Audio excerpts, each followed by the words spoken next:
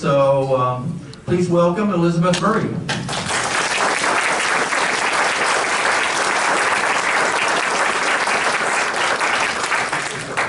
Yeah, thanks very much, Rick, and thank you all. I'm so flattered at the full house.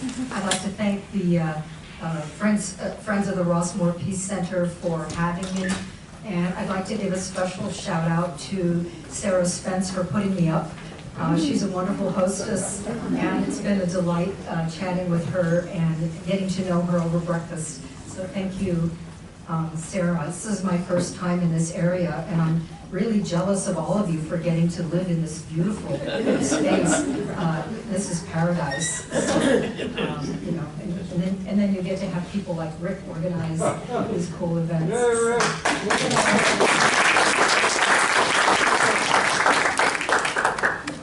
So Rick mentioned my good friend Ray McGovern, who I think served under 6 presidents, beginning with President Kennedy. And I met Ray after I had left the agency, and he was in charge of a group called Veteran Intelligence Professionals for Sanity. And Ray and his group, they call themselves VIPS, they issued a memorandum, the first one that warned President Bush to change his circle of advisors in the run-up to the war on Iraq. They told him there was really no hard evidence of weapons of mass destruction, and they were concerned about a great loss of civilian life. So that's how the VIPs made name for themselves. And that was my ambition after I left the agency. I want to be a member of VIPs. And sure enough, I was invited to be part of that group. And you can find our many memoranda online. They just issued their latest one a couple of days ago, regarding the deployment of French troops in Ukraine and how the president of Russia sees that as a provocation, and that could lead the United States to a place where we don't want to be between 2 nuclear superpowers. So I think the average age in VIPs is about 77, but they are very, very active, just like all of you. So anyway, I wanted to mention that just because one of the things that Ray McGovern usually prefaces his talks with, and I think it is very important, he talks about how the CIA is sort of generally known as this dirty tricks entity, or regime changes abroad and that sort of thing, and that's quite true. But both Ray and I came from the other side of the CIA. That's the Directorate of Operations, the Department of Dirty Tricks. We came from what's known as the DI, which is the Directorate of Intelligence, which was actually providing information to the president and to senior policymakers on what foreign leaders are saying about the United States and how that should reckon into our foreign policy planning.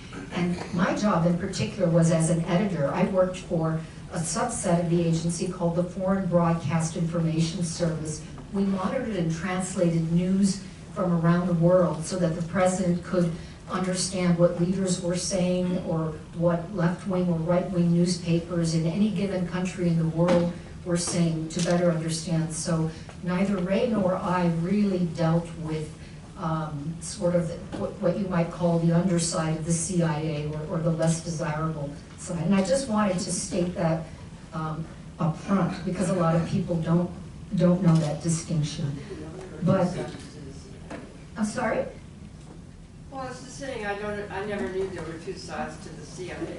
Yeah, many people don't, and I think that's why it's important to to clarify that up front. I mean, it all started back in 1947 when President Truman started the CIA, and he didn't know what to do with these old OSS guys from the CIA's predecessor was the what were they, the Office of Special Services, yeah.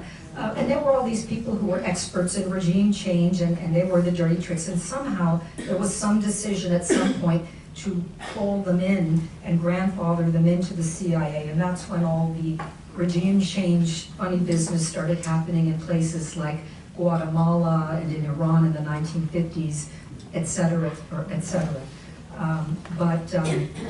You know, I've been asked to talk about my personal experience, and I think there's really no better way to start than to tell you that my disenchantment while I was still inside the agency began during the global war on terror, and really just in the run-up to the Iraq war, I started to see that analysts were being pressured to maybe support the administration a little too much in the way our intelligence was produced. And prior to that, I had been part of a group that was known for, fiercely independent analysis, telling the president the truth with neither fear nor favor. But in the run-up to Iraq, I think they felt that they needed to sell this war to the American people.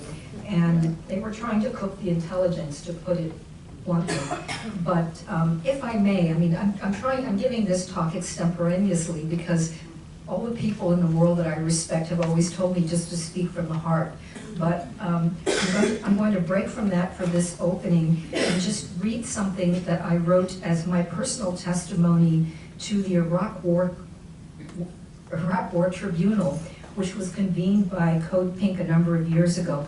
This was my personal testimony, and I think it might serve as a good introduction. I retired in 2010 after a 27-year career with the CIA, and for the first 20 years of my career, I was a senior political and media analyst with the CIA's open source arm. That department monitors and translates speeches by foreign leaders, newspaper editorials, and other foreign news of interest to U.S. policymakers. Our job was to analyze the speeches of foreign leaders and the political spin of foreign media content and help the policymakers we worked with understand the implications for U.S. policy and interests. It was exciting, challenging, and very interesting work. In early 2003, just prior to the launch of the U.S. attack on Iraq, I was the senior analyst in charge of Iraqi media at the Open Source Center. The political atmosphere around the Beltway had become very charged amid allegations that Saddam Hussein possessed weapons of mass destruction and that there were active efforts at the time to link him to Al-Qaeda and to the events of 9/11. The drumbeat for war was in full swing that spring. One morning, I received a telephone call from the office of then Deputy Defense Secretary Paul Wolfowitz, asking us to find media reportage of meetings between Al-Qaeda representatives and Iraqi officials. There was a strong implication in the way that tasking was conveyed to me that a meeting between the two sides had indeed taken place, possibly in Prague, Czechoslovakia, and that we needed to find the evidence. I gave the tasking my highest priority. I immediately contacted our overseas bureau in the Middle East in charge of monitoring and translating Iraqi media. We had the monitors and translators undertake an exhaustive search of all relevant Iraqi media reports in our archives that might contain such information. We also leveraged other resources available to us in Baghdad so that they could check on lesser-known Iraqi media sources. We basically pulled out all the stops for this. And about 2 weeks later, we received a definitive response. There was no evidence in Iraqi media of any such relationship between Al-Qaeda and Saddam Hussein's regime. I promptly reported this information to Wolfowitz's office. I assumed that was the end of the story. However, about a week later, Wolfowitz's office phoned again, asking for the same thing, media evidence of an Iraqi government link with Al-Qaeda. So again, I marshaled all of our resources and dedicated some of our overseas staff to a full-time search. Again, the finding was negative. Again, I reported this back.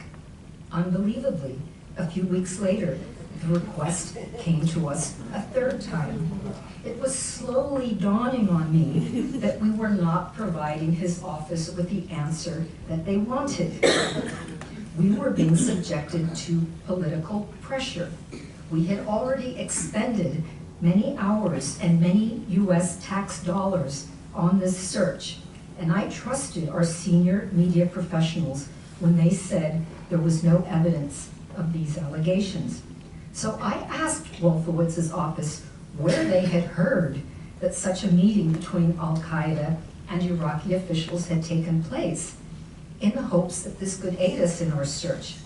However, I never received a response to this request.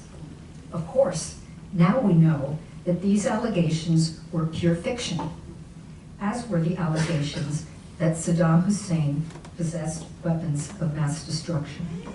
By 2006, 3 years into the war on Iraq, the Bush administration officially acknowledged that it had no evidence of any Iraqi war in the 9/11 attacks. Nevertheless, the United States continues to devastate that country, even to this very day. It is time to face the truth and to hold our leaders to account for the terrible war crimes committed against the Iraqi people. And it is time for the United States to withdraw from Iraq and allow the Iraqi people to rebuild their country free of foreign interference. This is why I have shared my experience with the People's Tribunal on the Iraq War as my testimony to the lies that led to the mass murder of so many innocent people. It is my hope that the truth uncovered by the Tribunal will enable a national reckoning and help us to hold our leaders accountable for the past and present war crimes committed against the nation of Iraq. Crimes which could not have been committed in the absence of the lies that were told to the American people.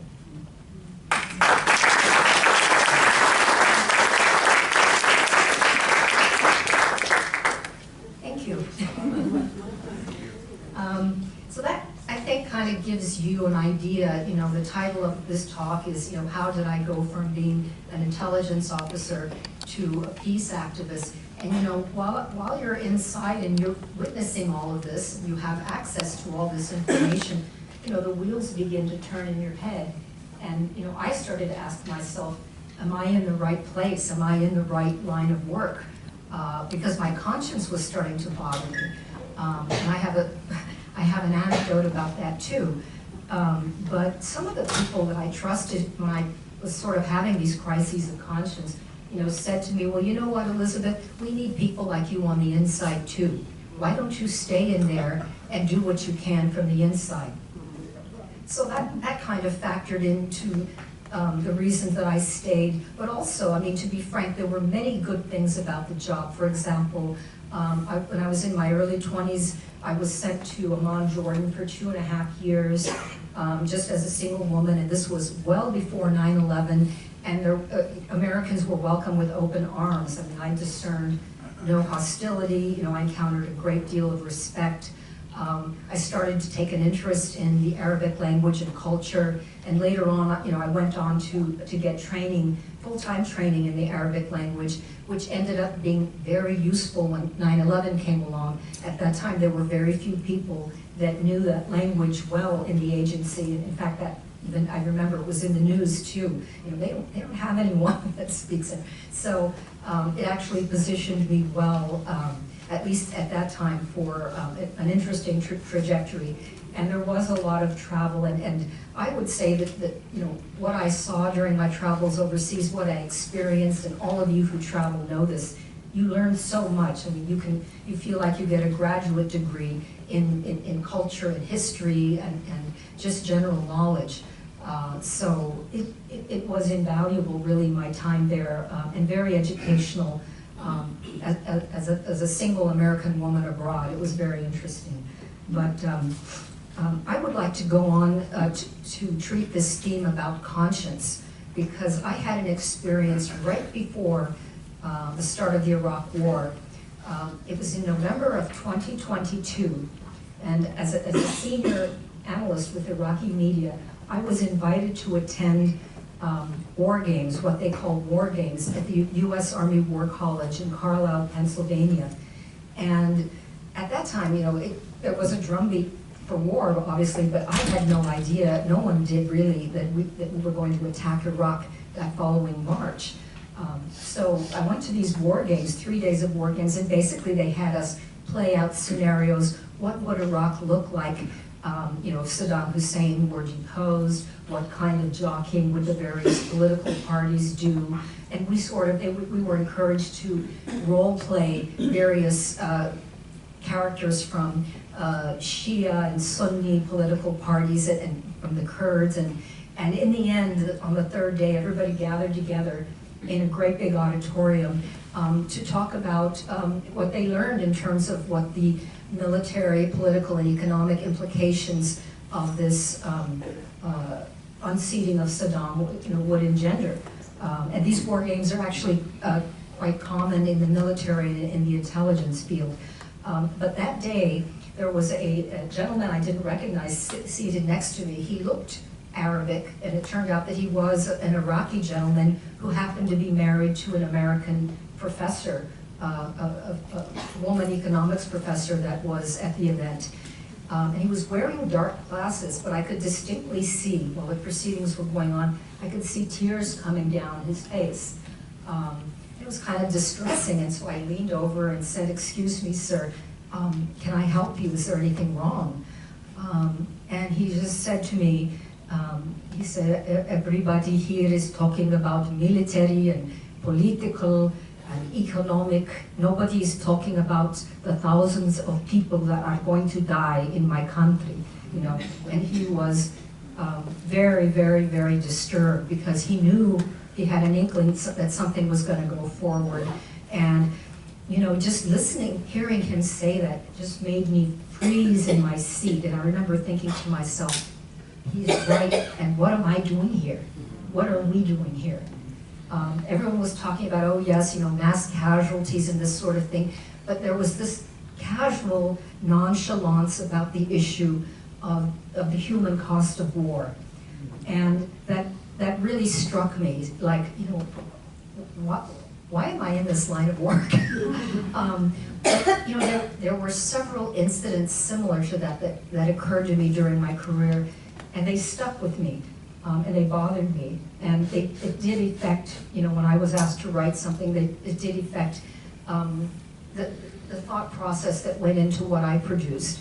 And for a long time, until I got in trouble, that is, people did appreciate my perspective because it was a little bit different from the average analyst. And I had lived in the Middle East, and I had the Arabic language, and those were things that the agency seemed to value. So in that sense, I was encouraged. But you know, there's no question that once the global war on terror was launched, and once the United States attacked Iraq of March 2003, the atmosphere inside the CIA really became highly politicized and highly charged, and you were immediately suspect if you even expressed sympathy for some of the people that were being waterboarded at Guantanamo, or, you know, being held in Abu Ghraib. That, oh no, that's what we need to do. We're not getting information from them because we're not, you know, twisting their arms hard enough. I mean, there was really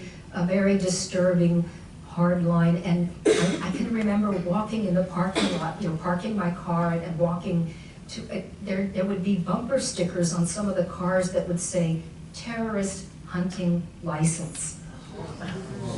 Okay, so, and the other thing that happened at the time in the CIA was a great deal of military personnel were suddenly present among us. They were seconded to various positions. So there was a heavy militaristic influence, and also I talked earlier about the separation between the analysis part of the agency and the operations. Well, that changed, and they began to form these kind of working groups where they brought the two sides together. And I think this was an effort to politicize the Directorate of Intelligence and to sort of move us more in the direction of putting us in the mindset that, you know, well, we have to support our administration. Whereas before, you know, the pride of the CIA, that analytical cadre had always been to give analysis and assessments without fear or favor. But then pretty soon, you know, the memo actually did go out at one point where we were told that our job was to support the administration. And that basically meant support whatever political line they were taking. And so really, the disenchantment among some of us really began to set in. And I think it was somewhere in there, I guess probably around 2006 or 2007, a couple of years into both the Iraq and Afghanistan wars, that I found myself on my vacation time, of course, up at the Bush compound in Kennebunkport, holding up a sign that said, "Money for jobs and education, not for war and occupation."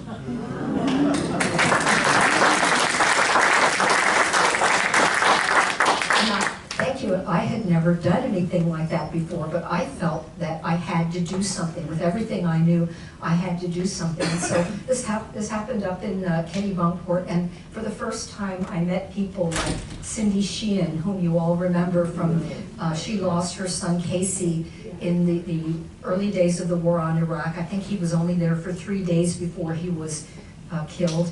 And she had set up a camp outside the Bush residence in Texas. And she was up there, and so was Colonel Ann Wright, who had been a State Department diplomat and also before that an Army colonel.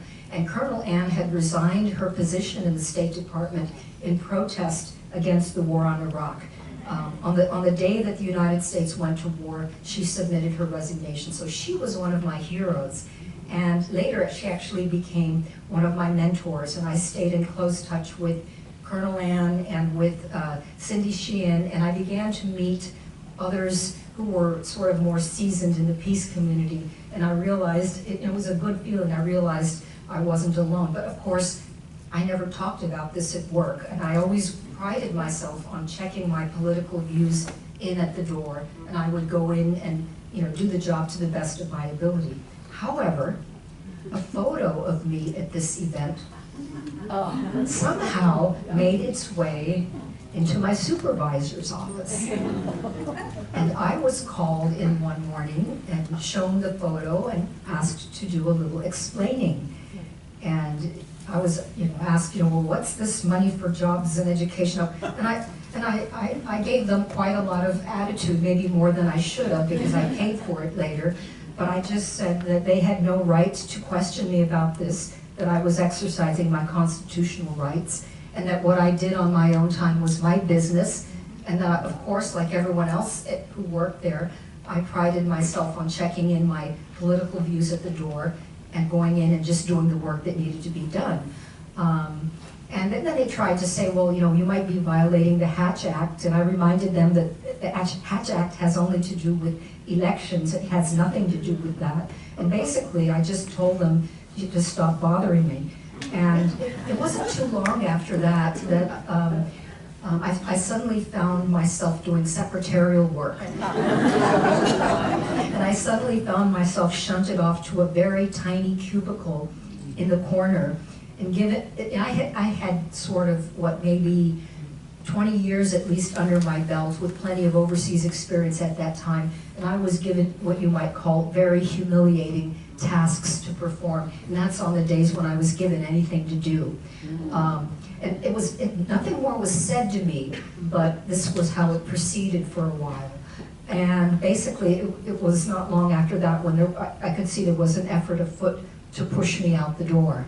And I thought to myself, damn it, I'm not going to let them do this. I have maybe 7 or 8 years before retirement, and I'm not going to let them take that away from me. I've worked very hard all of these years, and I want to use my retirement years to be a peace activist. And I won't be able to do that if they fire me. So I did have my agenda, and they had theirs. But luckily, because I had so many years of experience in, I did what a lot of you know you have to do when you get into trouble at work, is you call in your chips and you remember everybody at work that you did favors for, and you call you call the person that has the best position and you say, I need a job. And there was an opening in the National Intelligence Council, which it's separate from the agency, but it is within the same building. And they needed someone with Arabic language skills and someone who was good at writing And basically, I was offered the job, and so I was able to transition out of there without any effect on my retirement. It was still, in the federal government. And I was able to finish out my career doing rather interesting work for the National Intelligence Council, and I ended up being promoted to Deputy National Intelligence Officer for the Near East after about a year and a half. Well, I guess I was very fortunate in that sense.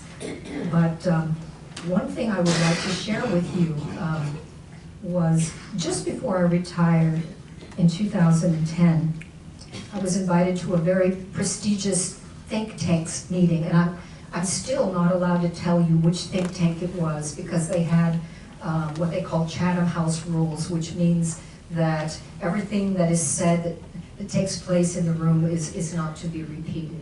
But it's a well-known think tank, and you can probably guess what it was. But what stood out to me was that the subject of the meeting was about the latest Israeli attack on Gaza.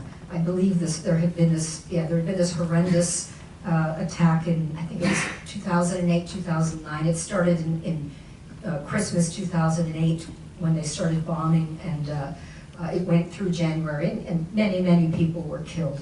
But there were very, very highly qualified Middle Eastern experts at this meeting, and they mentioned that the death toll had been 1,300 Palestinian civilians. And people kind of sobered when they heard that, but one of the panelists in the front, he just smiled and he said, "It's unfortunate, but every once in a while you have to mow the lawn." And the reaction of the people in the room was not the one that I just heard now. Indeed, what I heard was light giggling and twittering. People thought it was funny, and they all kind of not a single person objected. And this was a room filled with some of the most educated, highly paid experts on the Middle East. These were elites. And this kind of language, unfortunately, this cavalier language, is very symptomatic of the Washington, D.C. policymaking community's tendency to disregard and disparage the humanity of Palestinian victims of Israeli attacks. And I think it's absolutely sociopathic, and I think we see that it continues today, unfortunately. There's just this, I think some of these folks are just, I would say, maybe miseducated. Some people were just, many of them have never visited Palestine, and I was very fortunate to have visited many times. But just to give you another quick example, I mean, my main boss at the National Intelligence Council, he was the National Intelligence Officer for the Near East. He was in charge of advising our policymakers on the Middle East, and he came from what is now called Liberty University. It used to be Liberty Baptist College. I hear all this. Yeah, and I didn't hold that against him until I realized that he was going off. The Israeli government would invite him, being a person of a very high-level position. They would take him to these tours, these helicopter tours. They call them security tours of Israel, where they would sort of overfly the border or the boundaries, and explain to him what needed to take place in order to keep Israel safe. And I remember just asking him innocuously, do you get the same from the Palestinian security officials? And he said, well, it never occurred to me to explore that.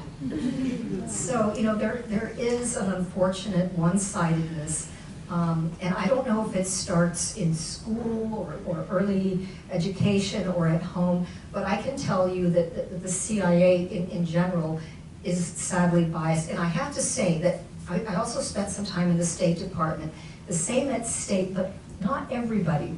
There are some that dissent. There are some that dare to speak out or dare to question, but those people either don't get promoted, or they get pushed out, or they get what they call selected out. Oh, your job suddenly doesn't exist anymore.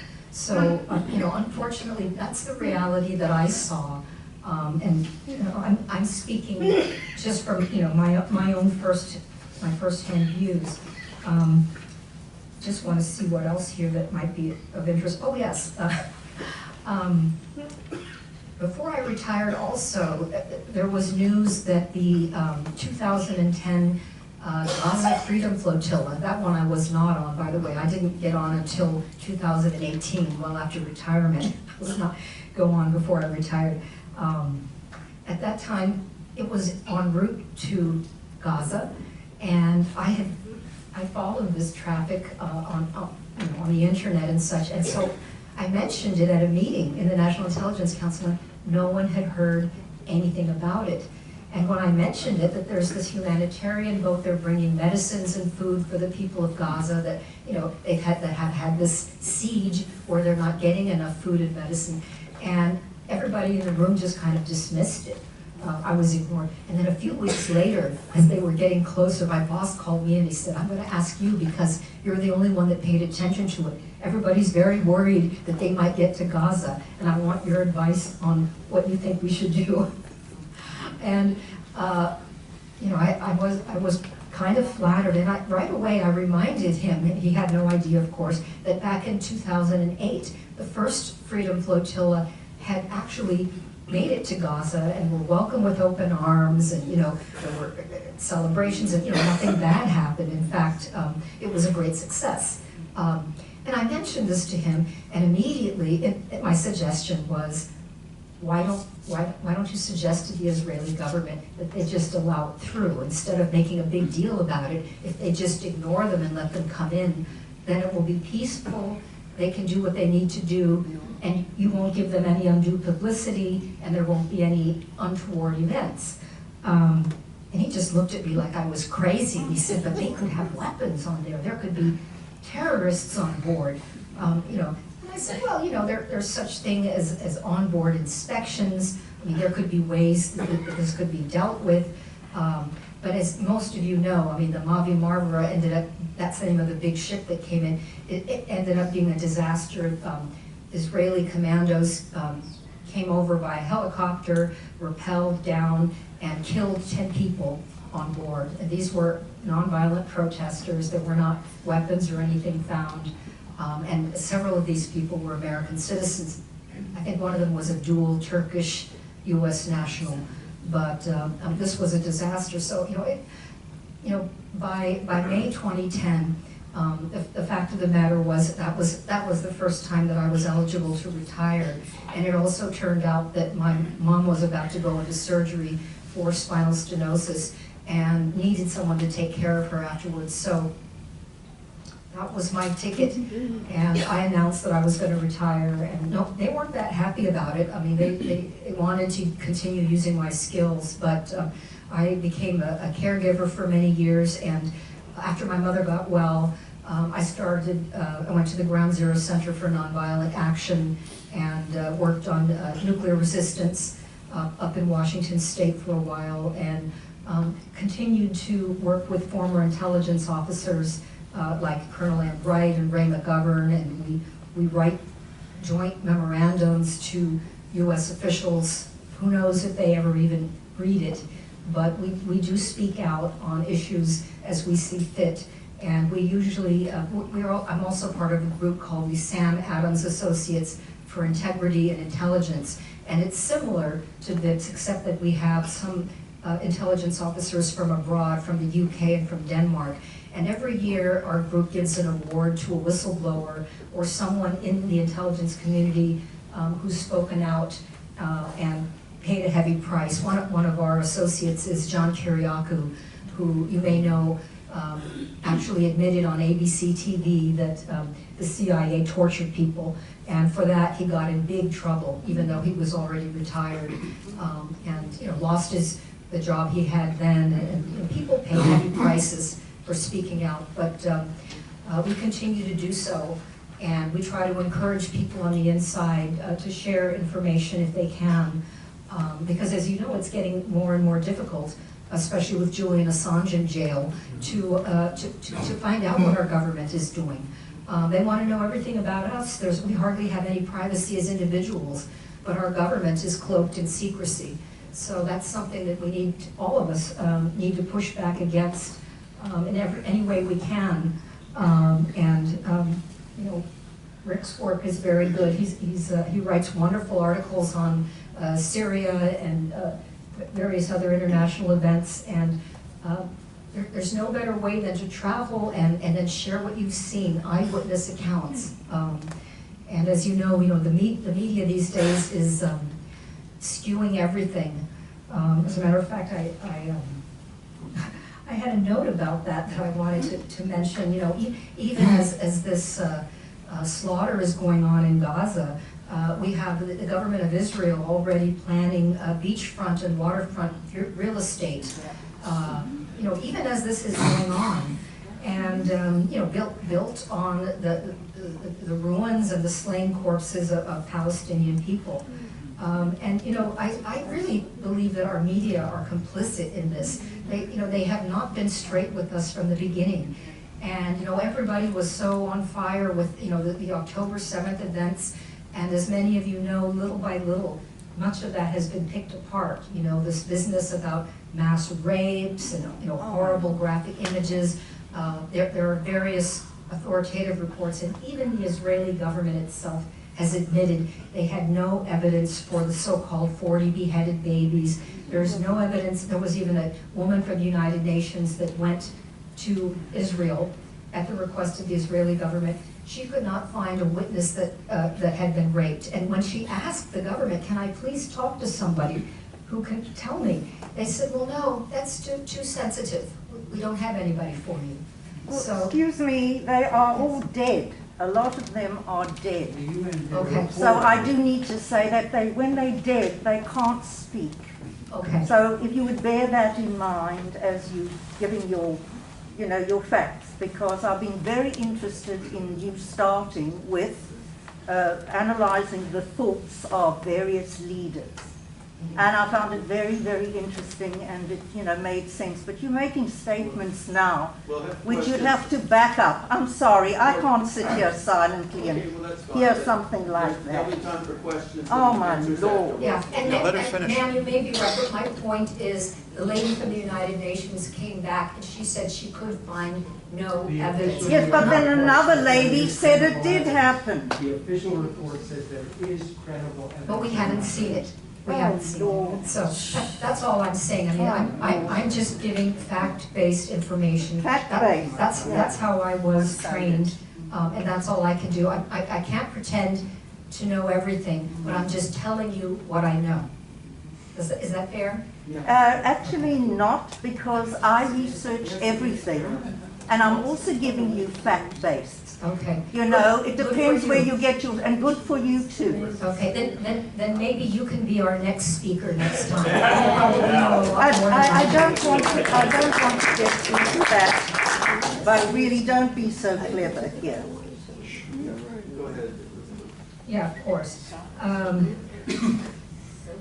But I do think that, our media bias does present dangers for U.S. national interests and U.S. national security. And again, I'm glad she spoke up. It's really hard to find the truth. It's really hard to find what's really going on. And we all have to be proactive about finding out what media is credible, what media isn't. And it's a lot of work. And there's a lot of disinformation out there. So I would encourage everybody, yes, to don't take my word for it. Go and read and find out for yourself what's really going on. I do not pretend to have all the answers, but I do speak from my own research and my own personal experience. And by the way, there is a new bill before Congress today to reassess U.S. ties with South Africa. And why is that? It's because South Africa went to the International Court of Justice and the ICC with plausible allegations of genocide against Israel. And so for that reason, and that reason alone, the United States is now exploring its relationship with South Africa. So international law is in jeopardy right now. These are the highest human rights courts in the land that we're dealing with. So, you know, and I know it's a heated issue, it's a controversial issue, but it's an issue that we all need to be active on and informed about, because it informs our own values and the values that this country is supposed to have. So I don't know how we're doing for time, but if there are any questions? Yeah, do you want to wrap up now before, or talk for a few minutes more? We're doing fine for time. Are we? Okay, let's just see if I had any other quick notes.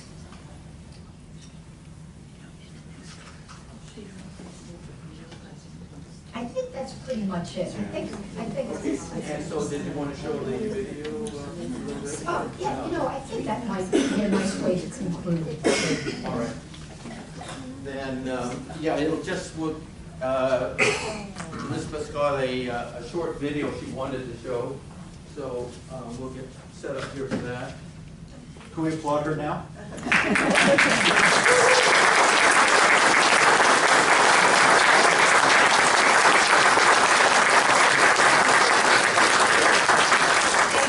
And actually, the video I'm going to show, it is on the Gaza issue. It's a very short, it's only about 10 minutes. It's a talk given by the executive director of the Washington Report for Middle Eastern Affairs. Her name is Delinda Hanley. Her father was Richard Curtis, a longtime U.S. diplomat who had many, many years in the Middle East. And you know, I knew that I wanted to bring up the issue of Gaza at the end. Lights again, please. I think we're going to go straight to the Q&A.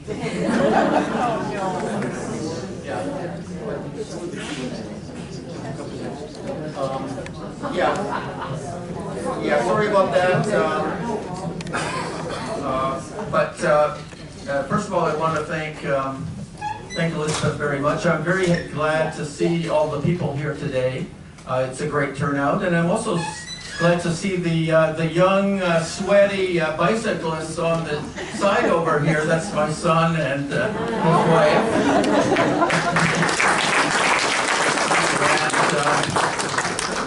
While we're doing the Q&A, and I think the Q&A will be an important part, and we would welcome people to ask any question you like. Please don't preface it with a speech. While that's going on, we'll pass a donation basket around. If you appreciate the talk we had here today, you appreciate the sentiment that Elizabeth expressed. She flew up from San Diego, so there's some expenses involved. If you want to have other speakers in the future, like Elizabeth, you know, please chip in, and that'll help the club a lot. So without any more, let's go on to Q&A. Okay. Yes, sir. So, do you honestly believe, or do you believe, that Adam Clayton Powell, Secretary of State Colin Powell, actually believed what he was giving the United UN Council justifying the war in Iraq? In other words, he was given absolute lies to spew out to the UN. What is your take on that? I think that as a military man, Colin Powell saluted and did what he was told. I think there was a deception at the highest level. I mean, nobody wants to hear that of people that they trust and you know, have high esteem for. But that's my personal opinion, and I could be wrong. But I do think that the rot was at the highest level. Just a quick comment where you see the war in Ukraine going, the French announcements being pulled back. I listened to Scott Ritter, Colonel McGregor, about the war in Ukraine. Your opinion on where we're headed as a nation? Yeah, that's a really good question, and things are not at a good place right now. Yeah, it was a question with her brain power, where she sees the war in Ukraine going, and the position in the United States with the French threatening troops, which is ridiculous, and just your opinion. Yeah, I really hope that Macron sees the light of day and you know, does not send troops there. I think that there is a contingent already as part of NATO. They're not anywhere near the front lines, but it's still seen as an extreme provocation by President Putin, you know, and rightly so, just symbolically.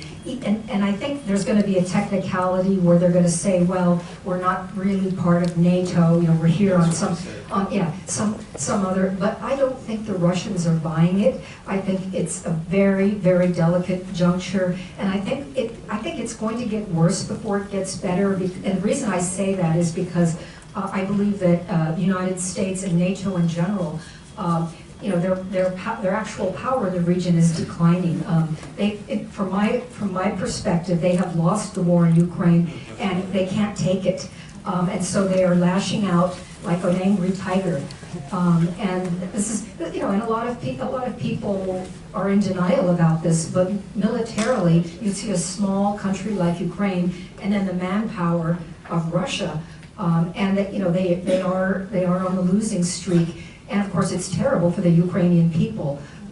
You know, they've lost so many of their young men, and no one in NATO or the United States cares about how many Ukrainians die. So I think it's a terrible tragedy for the Ukrainian people, and I think it would be in everyone's best interest for there to be an immediate negotiation. There is a danger that this could escalate before it dies down, and it could escalate in a bad way. I mean, all of us who are in the nuclear resistance movement are very worried that this could end up being a confrontation between two nuclear powers. And I don't think the Russians are have much patience with these kinds of, like this terrorist attack that just happened.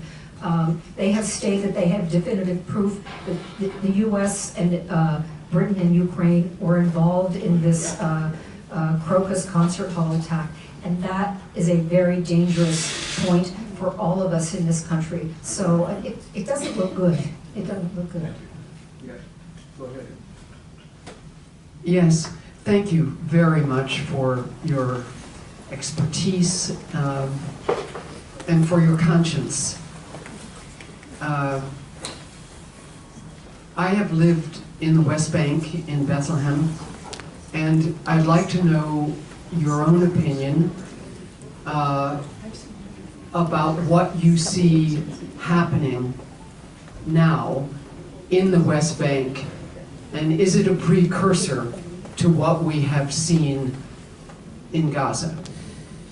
Yeah, very good question, because, you know, all eyes are on Gaza right now, and I think that since October the 7th, I think at least 750 civilians in the West Bank, where, by the way, there is no Hamas. That area is run by the Palestinian Authority. You know, you get this mantra like, well, you know, if Hamas hadn't done what it did on October 7th, you know, none of this violence would be going on. But of course, we all of us who know anything about Palestine know that there have been systematic violence for 75 years. People being dispossessed from their homes, their private property, raping, kidnapping, just the worst possible crimes over 75 years. So none of this is new, and it is very concerning. I do see it as a possible precursor. It depends on whether there ends up being any kind of negotiation with the Gaza thing, but what you have in Israel right now is an extreme right-wing settler government. And I think they do feel existentially threatened, and I think that October 7th was the perfect pretext for them to take the rest of the West Bank and to take Gaza, and I think they'll do it in steps. But I think what they're doing right now in West Bank is very, very alarming. People are they basically armed all the settlers. They've given everybody guns. No one is policing them. People are dying daily, and there's no one to check Israel. There's no one to say, you are violating international law, and you've got to stop now. I mean, we had the statements, the pronouncements from the International Court of Justice calling for an immediate ceasefire. Israel has chosen to ignore that. So what is left for the rest of the world? Well, we can take certain measures. We can do boycott, divestment, and sanctions. You can refuse to purchase Israeli merchandise or Israeli produce. Even economic impact hurts. I know I'm straying away from your question, but I know part of what a lot of us feel here is extreme frustration to see men, women, and children being killed and kidnapped and abused daily. And you say to yourself, I'm looking at this on my computer screen, what can I do? How can I help? There is the Berkeley-based MECA, Middle East Children's Alliance, an excellent charity, and they do have on-the-ground humanitarian services, and I do recommend them. Actually, I think they're wonderful. But in terms of your question, it seems like a precursor. I think it's even Palestinians, as you know, will tell you they've been through many wars. I mean, the big Israeli attack of 2014, the one of 2012, the one of 2008, 2009, but they've never seen anything like this. So, I like what the son of the Israeli general, what Nico Peled, what his solution is. He's calling for a single Palestinian state where Israelis and Palestinians could live side by side in harmony. The problem with that, though, now is there's so much enmity now. I mean, there would have to be a real de-escalation and prolonged peace negotiations. But, I mean, everybody has the right to live in peace. Yes. So, Elizabeth, thank you for your conscience, your expertise, and your candor. I've appreciated your talk. I came here disillusioned. Now I'm totally disgusted. But I'm also trying desperately to hold on to my admiration of our current president, even though I'm wondering what the heck he should do next with Netanyahu, etc. I was literally sleepless nights thinking, if I was in his shoes, and I'm wondering if you were in his shoes, what do you think the answer should be? With one stroke of a pen, President Biden could stop the delivery of weapons and munitions to Israel.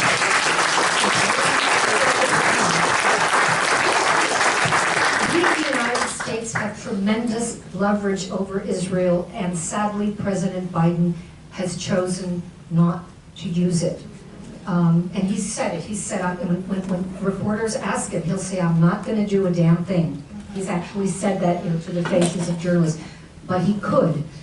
He could stop the war. And Israelis themselves had said, we could not continue this war were it not for U.S. weapons. So that's the only way I know to answer your question. Someone in the back. Oh.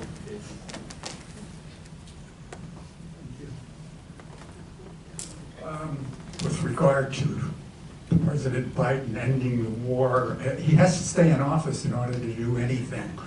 And I think we need to recognize that maybe it could cost him the election if he took the action you're suggesting, and then where will we be?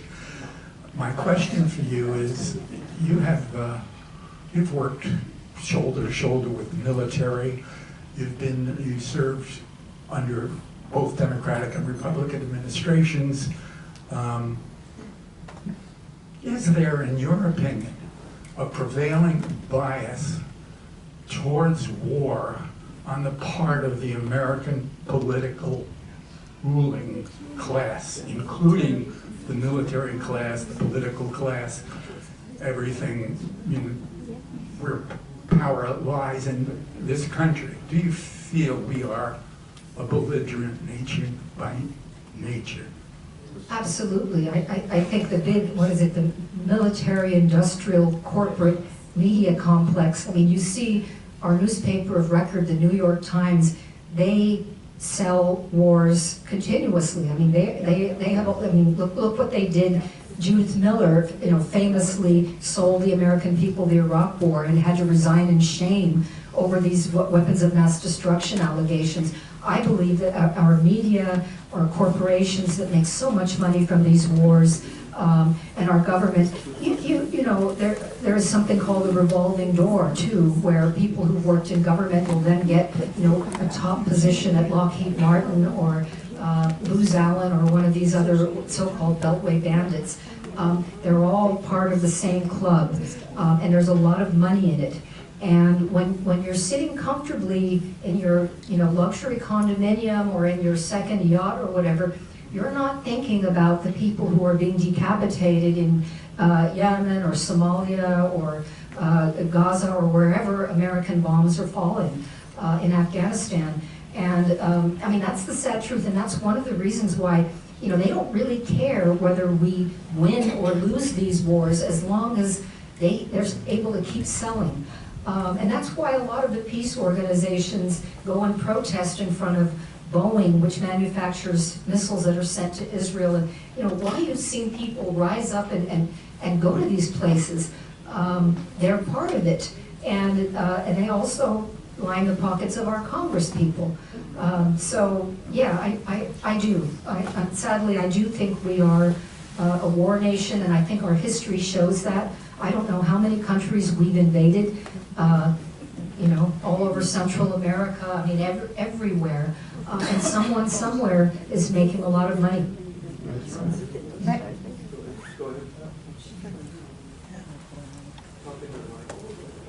Can you recommend sources of news and journalism about the Middle East?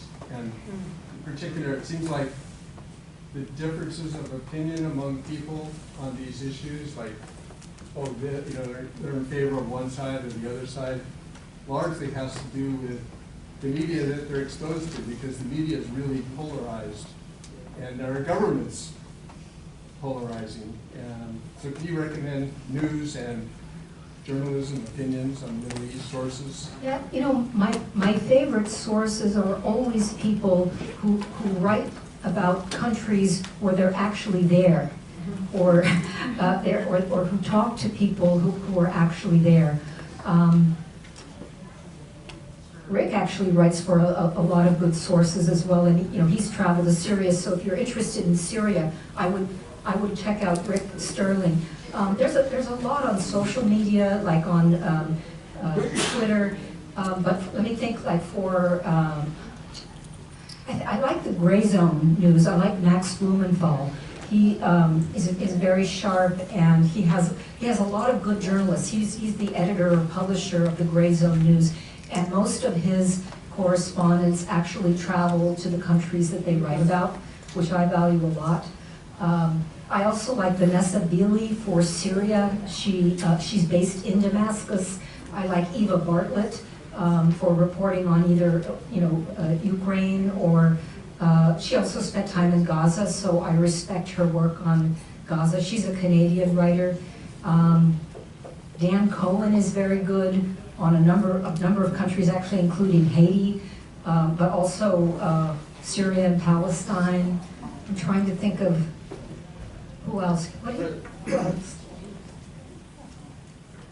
Yeah, the Cradle is very good. The Cradle is excellent. Yeah, Mondo Weiss is very good on Palestine. Palestine Chronicle is very good. Yep. But the Cradle is excellent on the Middle East overall. Yes, they are, and you know, you'll get a perspective from these news, and Al Jazeera, of course, is very good. You'll get a perspective that you will not find in. How about Jeffrey Sachs?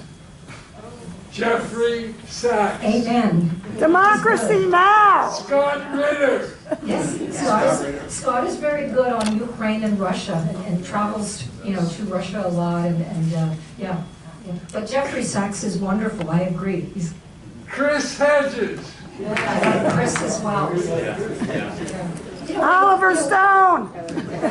You know, we all have our personal, you know, tastes and preferences, but I happen to agree with most of what you guys are saying. I think you guys are all on the right track.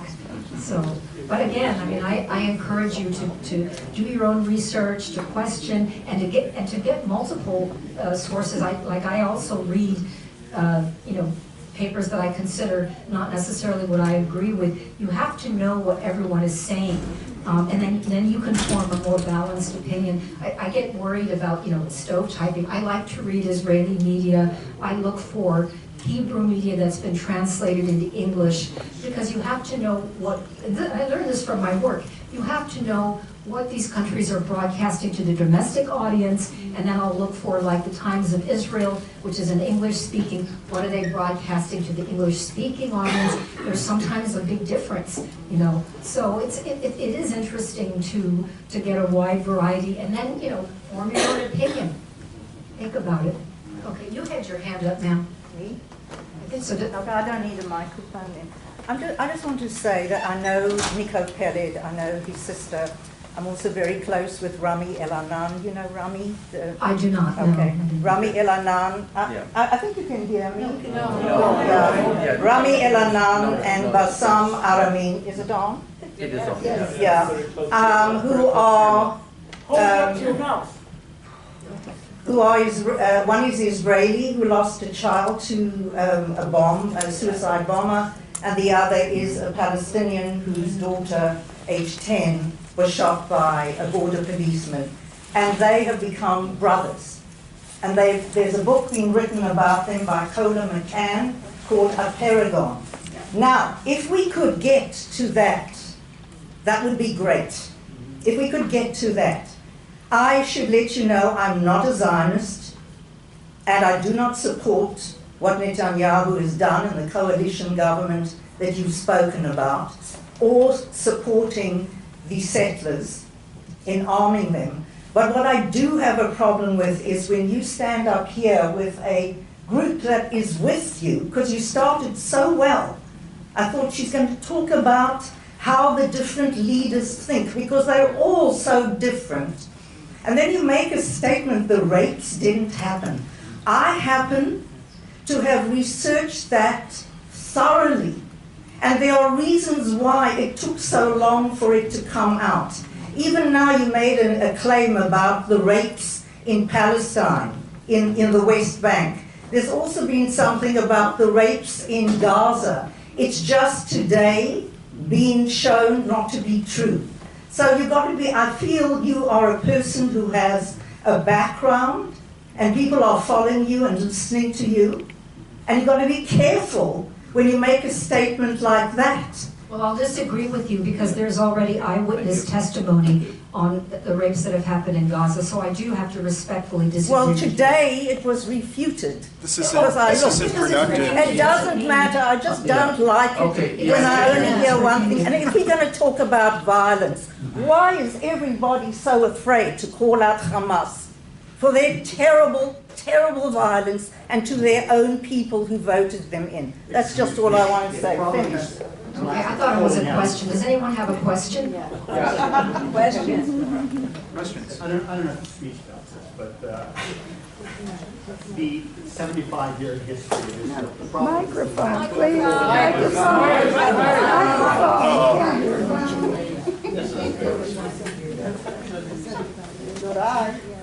I just have one quick sentence. The problem nationally in the media, which the media bias is something that Elizabeth is very eloquently and accurately addressed. Close to your mouth. The problem is fear of calling out Israel, much more. I mean, there's going to be lies on both sides always. Oh, how nice. Striding off angrily. I respect that so little. Yeah. I've been meaning to ask this for a few minutes, so I'm not trying to change the subject. But did you have any sense or opinion or inside knowledge about why we were so determined, why the Bush administration was so determined to go to fight Iraq? I think there were three different reasons. One of them was oil. Boy, did all the Western countries make a beeline. They just divided up the spoils immediately. They coveted Iraq's oil, and that was a big one.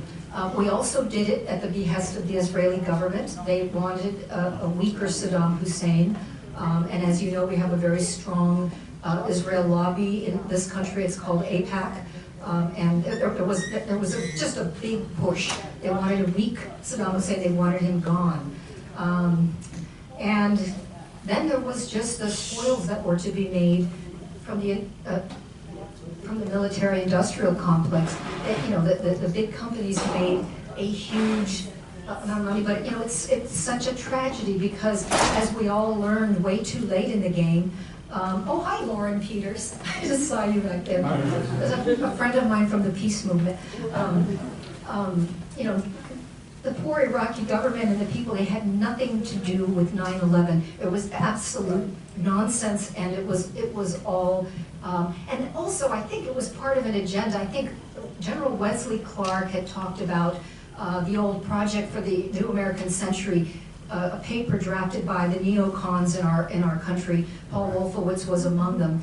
They had this grand master plan, to strengthen the United States and make it sort of decisively, the dominant one in the country, and to lock it in.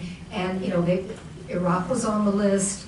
I think Libya, Afghanistan, and Syria. I think we've hit almost all of them, and Iran is supposed to be there too. But it was this neocon plan to try to control it, and as we can all see, it's all been a disaster.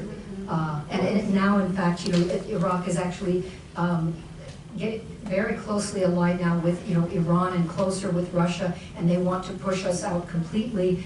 And Afghanistan is a mess. I'm sorry, sir. But do you feel that's a success for the neocons in Wolfowitz? There were 7 countries before 9/11 that had a map, Greater Israel. Isn't that a success for them, that all these viable countries have been destroyed? I think you make a good point. Libya is now a failed state. There's human slavery going on there. It's awful. But what I also see, and I think I'll close with this because it's just a prediction of mine, and it may totally not be true, but it's possible, not maybe in the near-term future, but in the long-term future, that Israel itself may be the next failed state.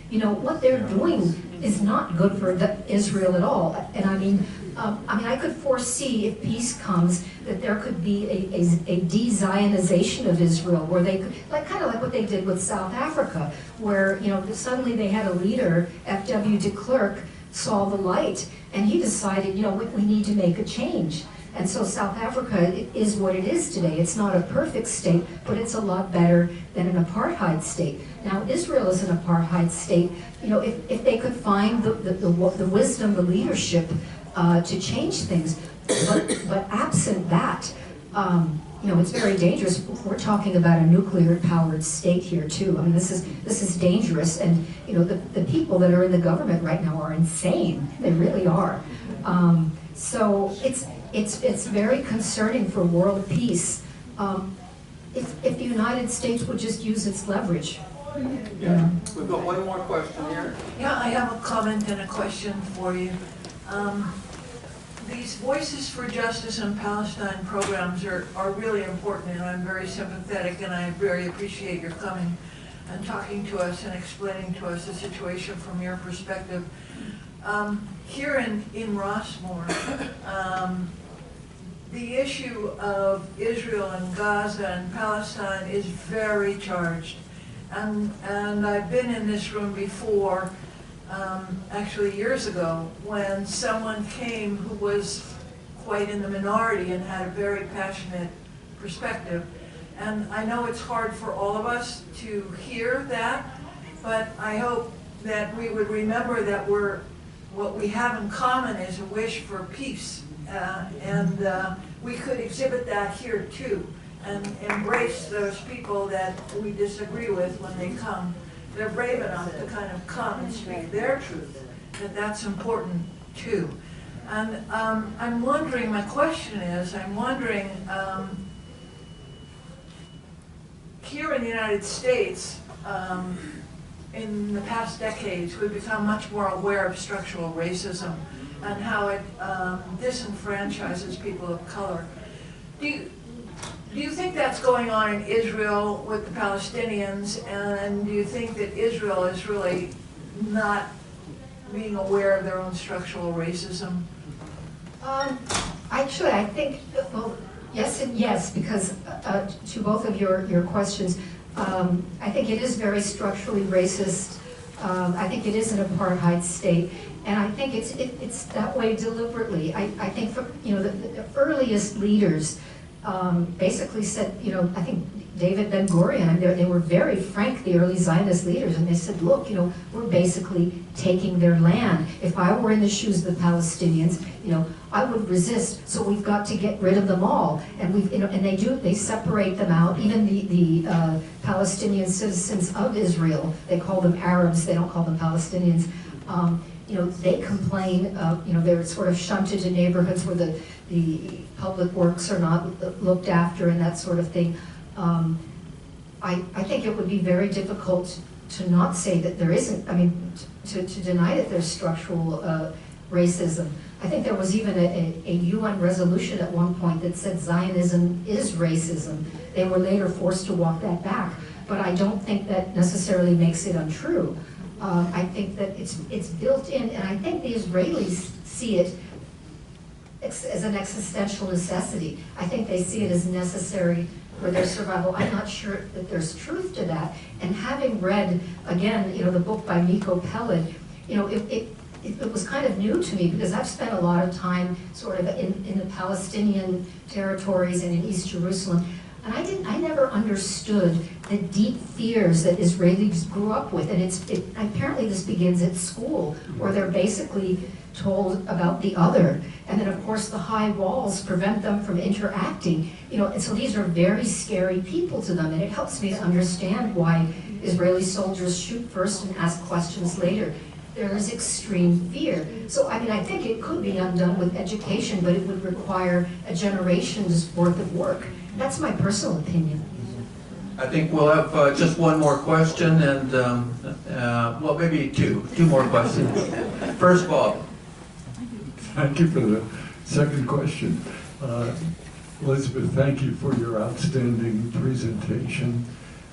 On the hope side, as a leader in the peace movement and one who interacts with leaders in the peace movement, do you see any hope in this country to really massively go out, as we did against the Vietnam War, against this evil that's just grasped us? It's amazing that you say that, because I have seen so many passionate pro-Palestinian demonstrations in New York City, in Los Angeles, in almost every big city in this country. And I think the people of the United States, I think their hearts are all in the right place. But I remember also that before the Iraq War, we had so many, and I'm not old enough to remember, but I know peace activists who did the same during the Vietnam War.